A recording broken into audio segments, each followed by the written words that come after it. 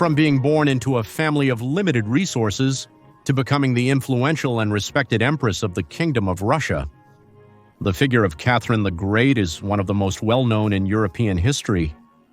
Thanks to everything her reign meant in politics, economy, modernization, literature, and the culture of the Eurasian giant, a defender of the ideals of Enlightenment, education, and fine arts, and a participant in the expansion of the Russian Empire's borders, Catherine II of Russia set aside her husband to ascend to power and undertake a modernization process that consolidated Russia as one of the leaders of Europe.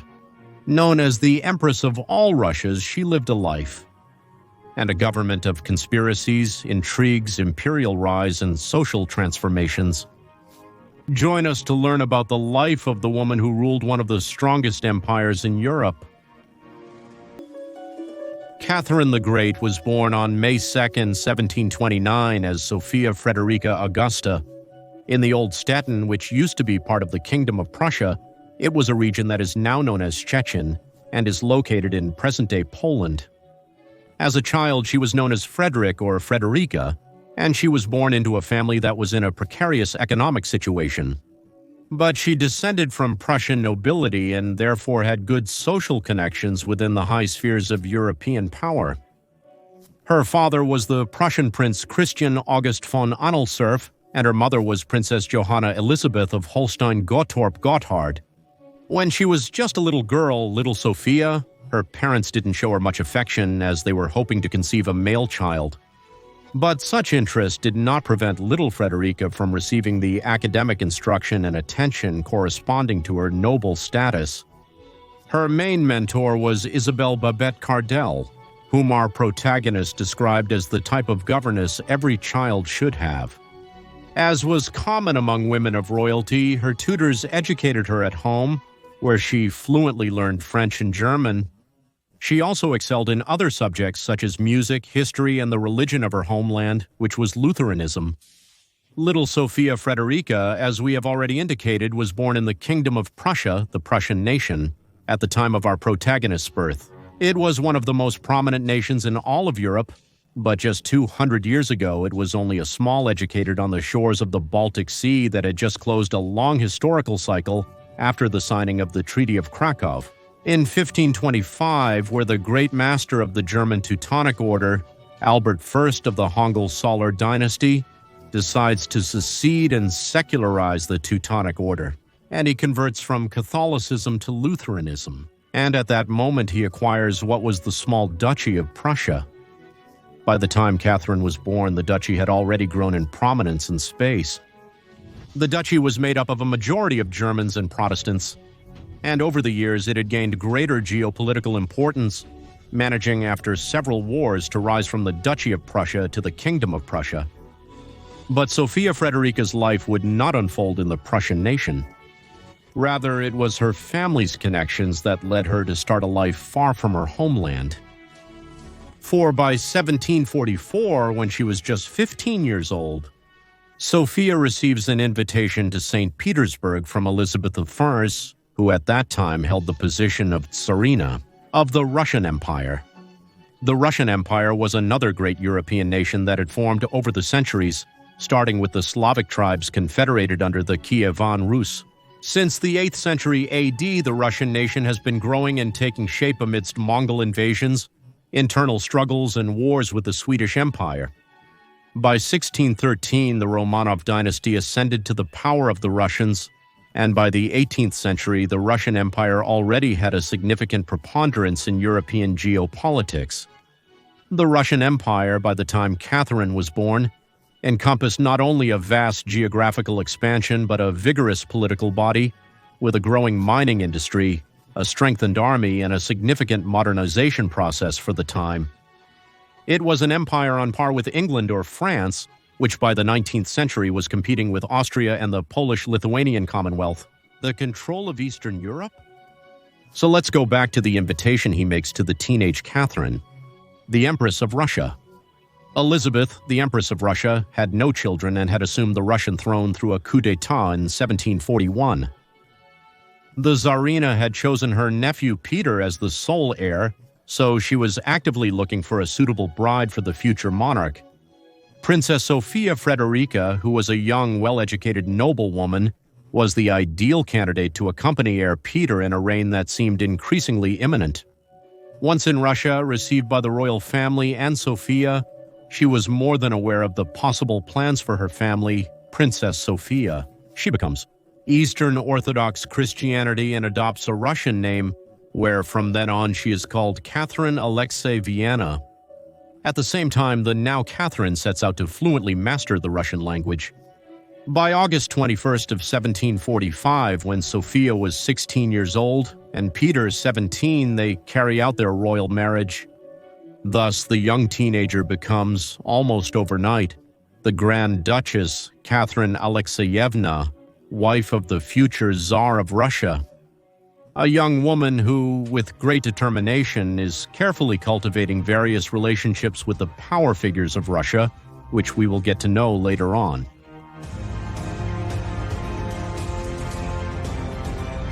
Peter's marriage to the Prussian princess also served to strengthen the friendship of the Russian monarchy with the growing kingdom of Prussia, two kingdoms between which there were multiple conflicts.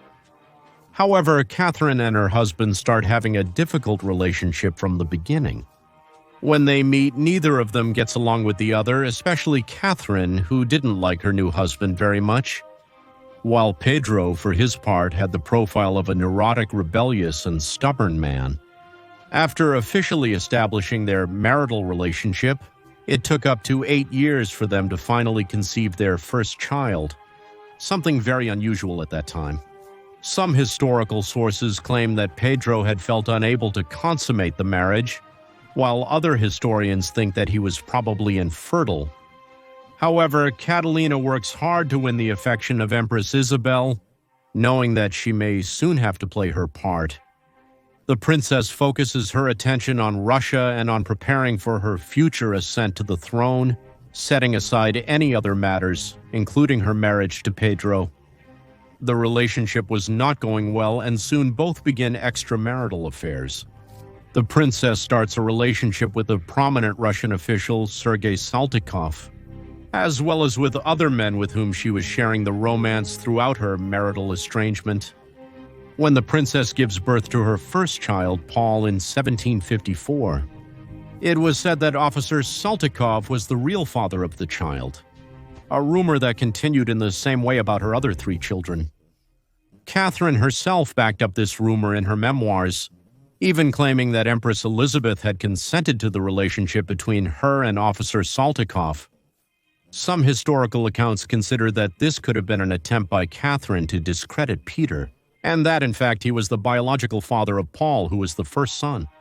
But about their 3 additional children, there is basically a consensus that none of them were fathered by King Peter, as Princess Catherine kept herself informed about current events, both in Russia and the rest of Europe, and she corresponded with renowned figures of the time, such as the writer and philosopher Voltaire.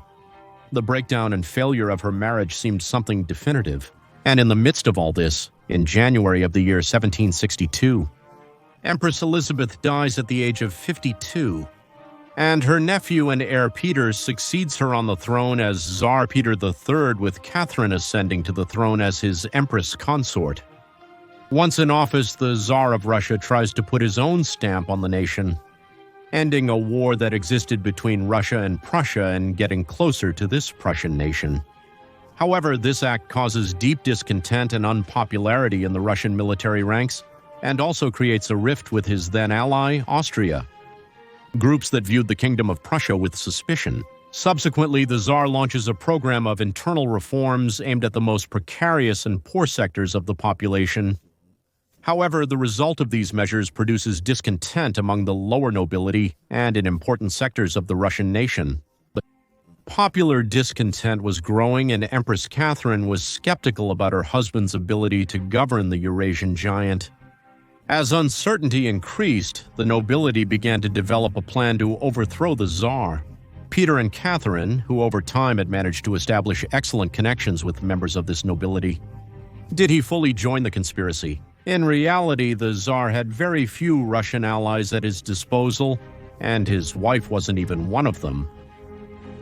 When the conspiracy is discovered in July of 1762, Catherine acts immediately and activates the support she already had from the country's most powerful military regiment. With this, they proceed with operations to overthrow Peter from the throne and arrange for the Tsar's arrest, with the help of Grigory Orlov, who was at that moment one of Catherine's lovers. On July 9th of that year, just 6 months after taking the throne, Peter abdicates.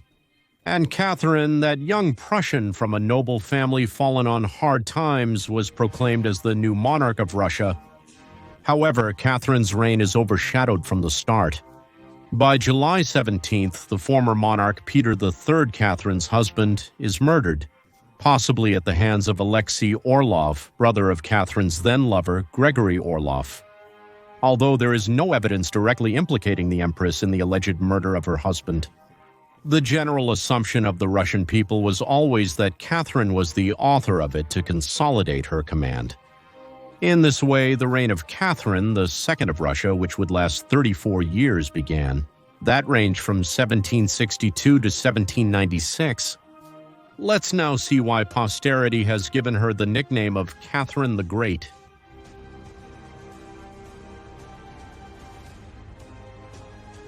At the time of her ascension to the throne, many Europeans considered Russia to be a distant provincial wasteland. This is why Catherine, who understood the power of image and symbol, sought to change the negative perception that the continent held at that time about her country. She fully committed herself to building a modern and wealthy empire governed by herself.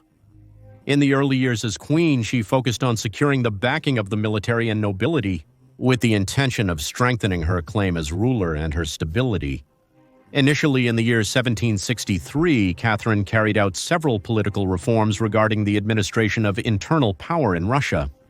Likewise, in 1764, she seized many of the Russian Orthodox Church's lands, significantly enriching the state treasury and thus helping the difficult situation suffered by millions of peasants. Likewise, she reforms Russia's legal system, pointing it towards greater equality of people before the law, without completely removing existing hierarchies.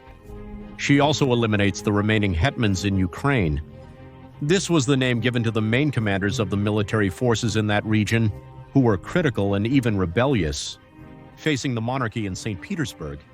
In this way, he unifies the Russian government throughout the empire and also invites foreigners to Russia, with the aim of colonizing and developing the Volga and Black Sea regions.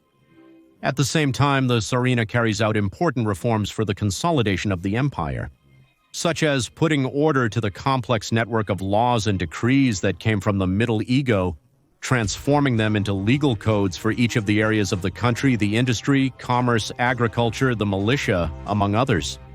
Many times she made noticeable in these new laws the spirit of the European Enlightenment, in the style of Montesquieu and the French encyclopedists who had so much influenced her. Many of her reforms were inspired by the ideas of the Enlightenment, a philosophical, intellectual, and cultural movement of the 17th and 18th centuries, whose main motto was the primacy of the rational and empirical spirit over religion, superstition, and tradition. The Empress herself laid the first stone at the Imperial Academy of Fine Arts in the year 1765, and once completed, the magnificent neoclassical building became the alma mater of a large number of Russian sculptors, painters, and architects. Also during her reign, the cadet corps, universities, and academies in Russia were developed, these giving their first fruits. For it is in this period of time where Russian literature and drama that are so famous today really flourish. Meanwhile, Catherine also expands the freedoms of association with organizations such as the Free Economic Society and the Amazonia. During this time, Russia was establishing itself as a cultural, military, political, and economic leader in Europe. It's that Catherine's government is often remembered as the Catherine era or the Golden Age of the Russian Empire. The truth is that under Catherine's political management, Russia experiences an era of modernization that consolidates the country as a hegemonic power. However, there were those who accused Catherine of wanting to westernize Russia and wanting to bring a culture that is too Western to a people who are unique and Eurasian Asian.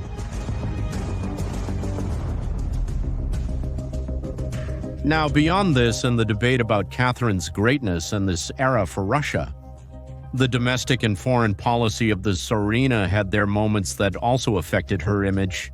An event that gives firm testimony to this occurs in the year 1768. At that time, the Russian Empress sent troops to Poland to help King Stanislaus, who was a former lover of Catherine, with the purpose of suppressing an internal revolt in that region.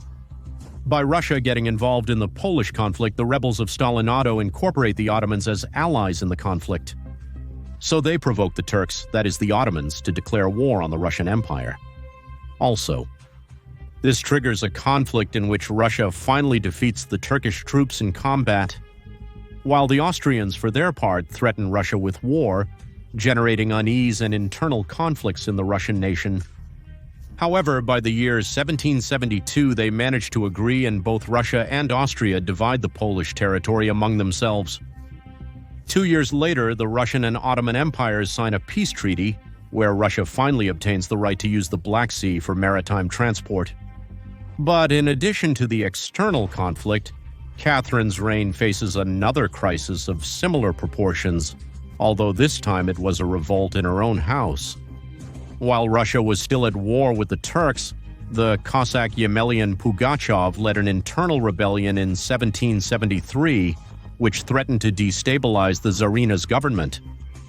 Pugachev claimed that Tsar Peter, the third Catherine's former husband, was still alive, and that the oppression of the vassals would end by deposing the Tsarina's reign and restoring the former ruler to the throne.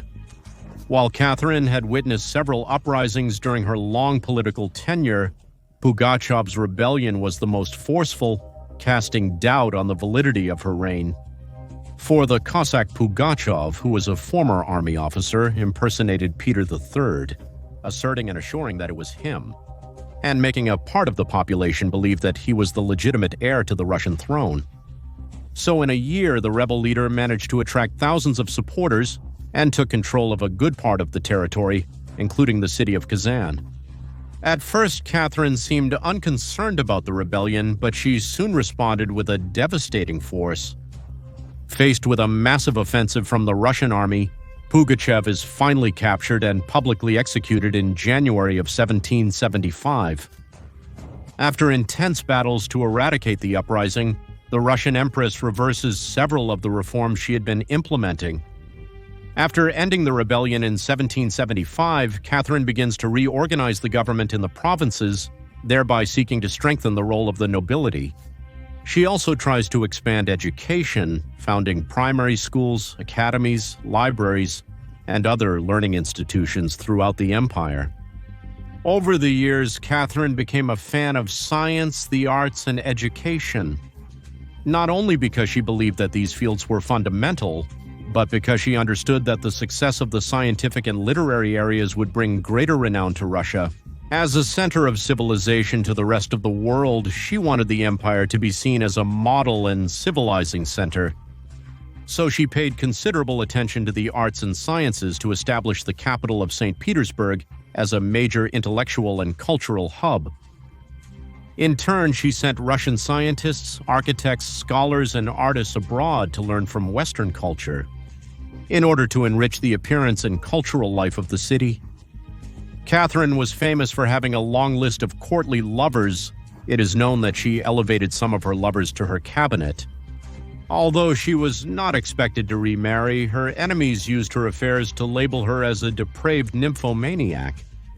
For 1787, Catalina meets Francisco de Miranda, a Venezuelan political and military leader who was touring Europe seeking help to proceed with the separation movement of the American provinces from the Spanish crown.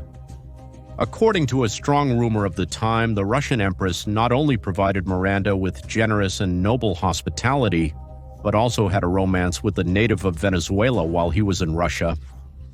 Catalina then responds positively to him, and she orders all Russian embassies in Europe to assist Francisco de Miranda in his revolutionary effort, furthermore providing him with diplomatic immunity, handing him a Russian passport.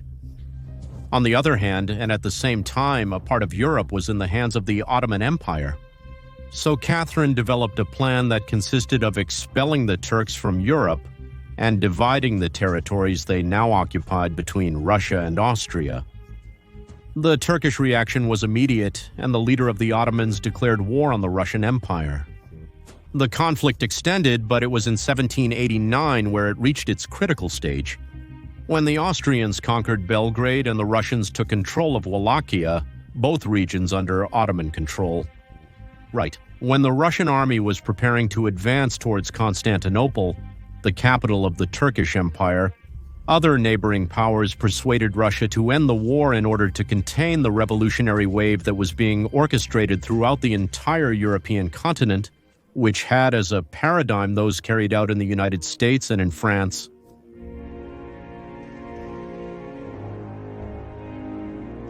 The conflict with Turkey comes to an end in 1792, when finally Russia signs the Treaty of Yassy, with which the Russian Empire is declared sovereign of Crimea, and it is granted an extension and control over the Black Sea coast. Subsequently, the Polish nationalists rebel again in 1793 against Russian influence. So the Russians and Prussians agree to confront this rebellion and thus annex more Polish territory for themselves. In 1794, along with Austria, the three hegemonic powers finalized the partition of the rest of Poland among themselves. During the last years of her reign, the Russian Empress had a very tumultuous relationship with her eldest son, Paul. The relationship between the two worsened greatly, to the point that Paul was occasionally convinced that his mother was planning to kill him. Although there is no evidence that Catherine was thinking of doing this, she did fear that her son could become an incompetent ruler, incapable of maintaining his mother's legacy, so she looked for other options to carry out the succession of the throne. In fact, it is believed that Catherine intended to officially name Paul's son Alexander as heir to the throne. However, she was never able to make the change, as the Empress of all Russias, Catherine the Great, died of a stroke on November 17, 1796, at the age of 67, finally leaving his son Paul on the throne, who would rule for a short 4 years until he was assassinated in 1801. Catherine's prolonged reign earned her the title of the Great because of the major reforms in all areas that led Russia to consolidate itself as a more modernized and westernized leading European power. In addition, Catherine was recognized as an empress fond of arts and culture. During 34 years of rule, the longest period in history by a female leader, in Russia she proved to be an empress driven by the ideals of the Enlightenment era, despite being in Russia, a religious and conservative people. Thank you all very much for watching this video. I hope you liked it, and I invite you once again to subscribe to our new channel, The New Encyclopedia. There we will be posting unpublished, exclusive, and highly interesting content on a wide variety of historical topics. Below, in the description and in the comments, you will be able to get the link so you can start checking out what we have published. Also, don't forget to leave your comments on this video, give it a like, activate the bell for notifications, and follow us on our Instagram account called The New Encyclopedia. Without anything else to add, I say goodbye and may God bless you all.